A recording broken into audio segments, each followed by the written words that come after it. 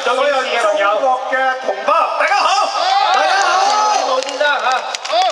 今日好開心啦，能夠我哋代表中華文化總會同埋我自己係一個影視文化嘅工作者，能夠喺呢度同大家有個咁密切嘅、咁近嘅距離講幾句説話。咁或者我哋中總裏邊謝生同大家簡單講幾句先好嘛？而家我哋代表中華文化總會48個文化團體，7萬文化人，在呢個大會上，在表明我哋反辱華、反港獨嘅嚴正立場。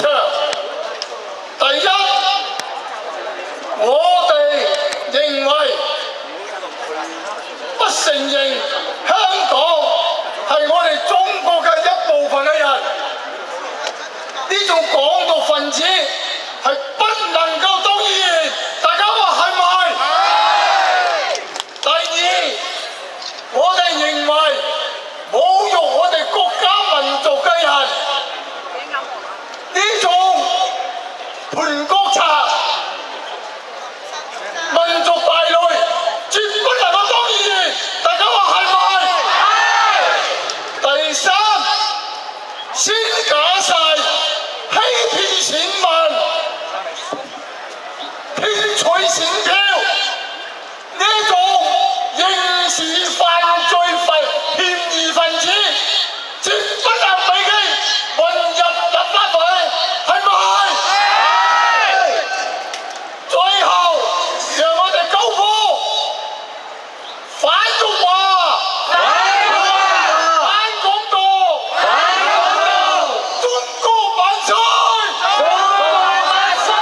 中華民族不可用！而家請我哋立法會嘅影議會處主席講幾句。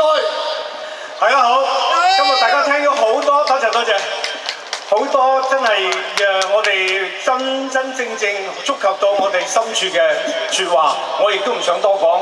但係我覺得整個問題就係由我哋嘅教育裏邊都係一個深深嘅一個啟發。我哋做文化工作者、影視工作者嘅話，我今日用一首歌嚟帶俾大家，好快脆，唱完嘅可能我唱一半，好唔好啊？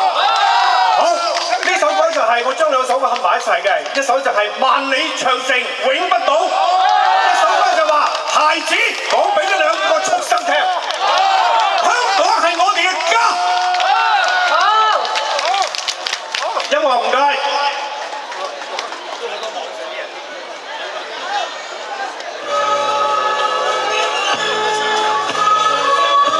呢首歌好熟悉，但係希望大家熟悉一齊唱。